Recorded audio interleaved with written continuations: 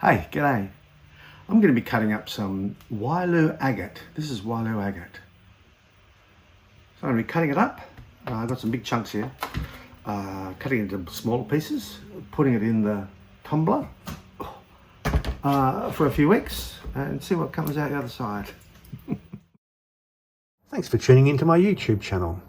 I make videos on all things rock related, from finding, cutting and polishing, even a few helpful hints.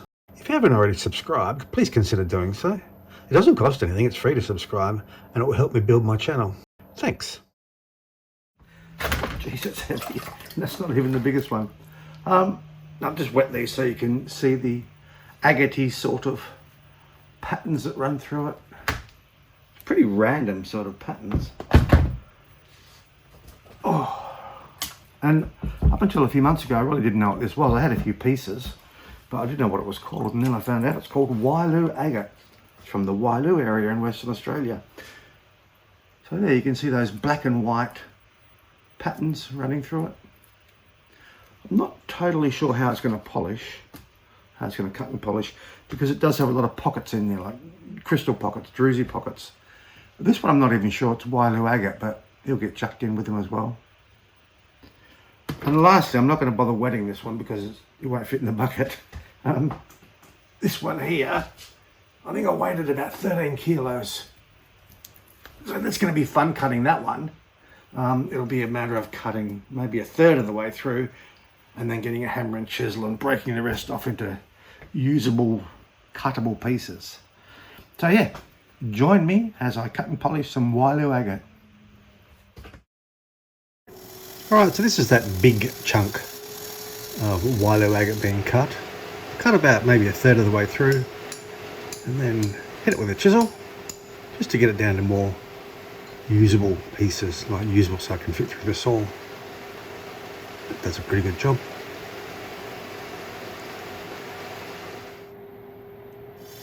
Now this is one that it's still too big to go through the saw in one piece, but what you do is you rotate the rock to get all the way around, or near enough until it breaks. And that gets it down again to sizes that fit through the saw easier. From there it's shaping. So not a lot of people do this. I find it a great time saver in that you save probably about 2 weeks in stage one. So that's it, all ready to go into the tumbler. Now I'm also adding some chrysoprase. This is for the most part chrysoprase. Some of it's not really the nice green chrysoprase that you'd expect, like that one there, a bit pale. This one here, giving a bit of a wet. That's not too bad. Just cut those ends off. This one, that's what you expect, that's chrysoprase, that beautiful emerald green colour. It's actually called, or known as, Australian jade, which it isn't, it's chrysoprase, but you can see why. It does look jade-like sometimes. It's very translucent. Beautiful green. So, I didn't show cutting the chrysoprase because you've seen what that's like. And here they all are, cut up and ready to go into the tumbler. So this is the Wyloo Agate, another piece there. This is some chrysoprase, nice and translucent, look at that. Beautiful greens. A few daggy bits. That'll come out nice, I'm sure. That one I think is probably praise. It has no translucency to it. So that's what's known as praise. That one's chrysoprase with some dirty host rock amongst it. This one here, some more Wyloo. So we're going to go into the tumbler. Tumblers, as it turns out. So 2 6-pound and 2 3-pound tumblers. That's some filler rocks. The filler rocks get in between the larger ones to distribute the grit more evenly across all the rocks. So really they should be about 3/4 full, maybe 2/3. I've probably maxed these one out a little bit. For stage one I'm going to be using 46 grit silicon carbide, so I'll add 3 tablespoons to each 3-pound barrel and then 6 tablespoons to each 6-pound barrel. So a tablespoon to pound. Add some water. Now the water goes into just below the level of the rocks, so you can just see it below the level of the rocks. Again, I have probably overloaded these barrels a little. I get a bit greedy sometimes. Now this is after a week in stage 1. Actually it was 2 weeks, I lie. I had overloaded them, so I ended up splitting them up into 2 groups. You can see I don't have one of the 6-pound barrels there. Yeah, so this is rinsing off after stage 1. It ended up in 2 weeks. It would normally be 1 week, but this was 2 weeks. Let's check out what we've got so far. Very nice, this Wyloo Agate. When I first found a piece, that's a bit average. This is a better piece of chrysoprase, look at that. So when I first found a piece of Wyloo Agate, I wasn't even sure it was an agate, it just seemed like a weird banded sort of a rock. And it wasn't until I did a bit of investigating on the internet that I found out, yes, that's called Wyloo Agate. From Wyloo in Western Australia. I don't think you can get it anywhere else. That's a normal agate, I don't know what he's doing there, he's a standard sort of agate got mixed in by mistake. But they should all tumble well together. And some more Wyloo. A bit of quartz in that one as well. And some more of this translucent chrysoprase. Look at that. Nice and translucent. It's beautiful. So we'll rinse them off under running water and into the bowl, the vibratory bowl they go. This is my UV10, Ultra Vibe 10. For second stage, for stage 12, we're using 220 silicon carbide. And this is where you start to save by using a vibe tumbler. So instead of using a tablespoon per pound, I'm using 3 tablespoons for about 10 pounds of rocks, and that's all it needs. And a lot quicker as well. Instead of being a whole week in the vibe, you're only there for 2 days. I'll screw this lid down, leave them there for 2 days, and this is what we've ended up with after 2 days. We'll dump these out and do a progress report. It's always exciting this stage. Well, I think it is. Seeing how they're looking, picking out a few and checking out their progress. Look at that. Beautiful Wyloo Agate. Another Wyloo Agate. Very different to most agates. Bit of chrysoprase with a bit of host rock there. Still translucent, the green stuff. Very nice. Give them a quick rinse under the tap. Well, quick rinse, a thorough rinse under running water, and we're going to stage 3, which is 600 silicon carbide. Again, 3 tablespoons for the complete barrel is all that's needed. So by using a vibe tumbler, you're saving quite a lot on grit as far as money goes, because it's not cheap, and it's quite a lot of time as well, because it's only taking 2 days per stage. So I highly recommend a vibe tumbler for anyone considering getting one. And here we are after 2 days in stage 3. Again, we'll dump them out, give them a rinse, see what we've got.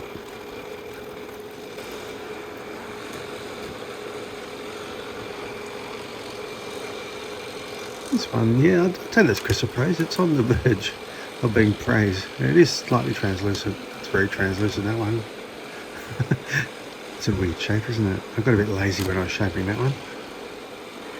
And the Wyloo.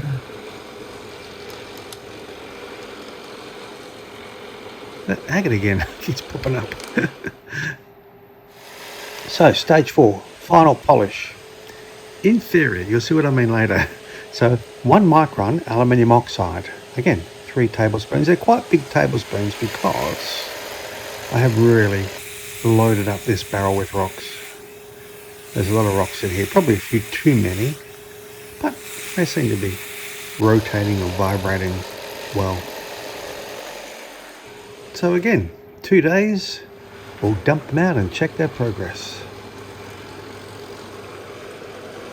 Which, as it turns out, is not that special. You see what I mean? There's that agate again. I don't know why it keeps ending up at the top.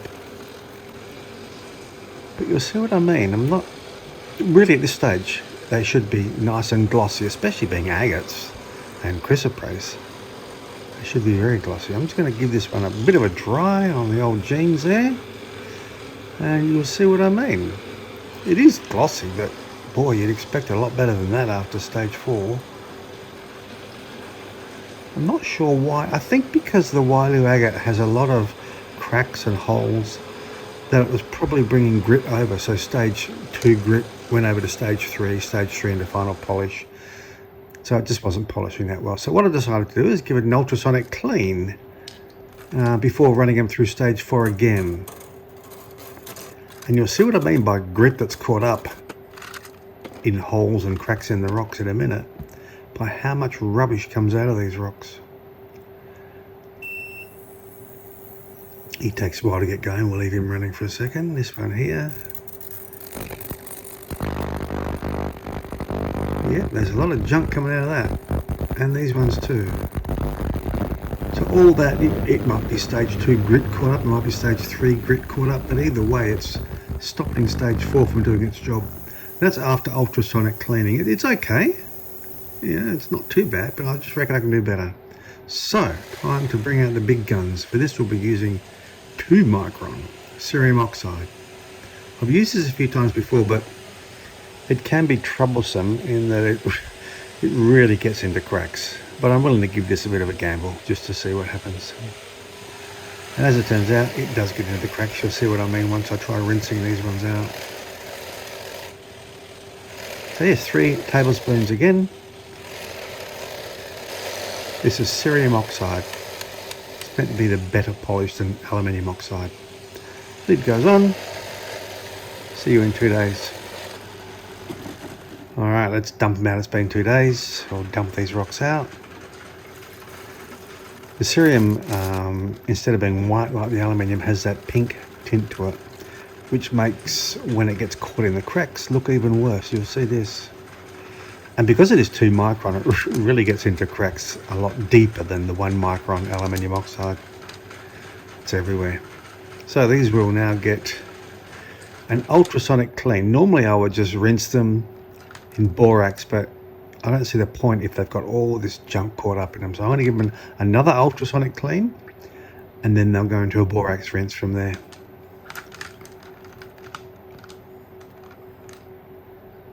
Yeah, you can see there's lots of this pinky brown cerium oxide stuck in all the cracks. But this is pretty impressive to see what the ultrasonic cleaners do. Watch this. Look at that. Straight into it. All sorts of muck coming out. This one too. Wow, wait, look at that. So without an ultrasonic cleaner, you'd be stuck, I reckon, with dirty rocks. Look at the water. That's just after 60 seconds. I was so impressed I decided to do another batch. Show another batch. And I give this a shake just to, because you never know, like there could be cracks underneath the rock that aren't quite getting the ultrasonic cleaning. So give them a shake. That gets to all of them. Right, so time for borax. So just a couple of tablespoons of borax. Look at that water already. Just having them vibrate for about 30 seconds in water though. There's more of that cerium oxide still coming out of the rocks. So the borax just helps to move it even more. So yeah, just a borax rinse. This is probably 2 hours later. Rinsing, swimming around in borax. And of course, another ultrasonic clean, the final ultrasonic clean. Normally it'd only be 1, but because this was so troublesome, I ended up getting 3 ultrasonic cleans. And you'll see the difference now from when it had the cerium oxide. There's nowhere near as much stuff coming out of them now, so that's good. That's what you want to see. So you know they're fairly clean. And hopefully fairly glossy. So yeah, compared to what they did after cerium oxide, I'm quite happy that we've got rid of most of it. And here we go, a little slideshow of what I ended up with. So Wyloo Agate and Chrysoprase. Both beautiful rocks. So what I'll do is the Chrysoprase I will show, well there's Wyloo Agate. With the Chrysoprase I'll show a standard image and then a backlit image. So that's a standard front lit and then that's backlit. It just glows beautifully. More Wyloo. So look, I will leave you watching this little slideshow. This is the same rock, that one there, and then this one here backlit. We'll leave you watching the slideshow, listen to some music, and I'll join you at the end.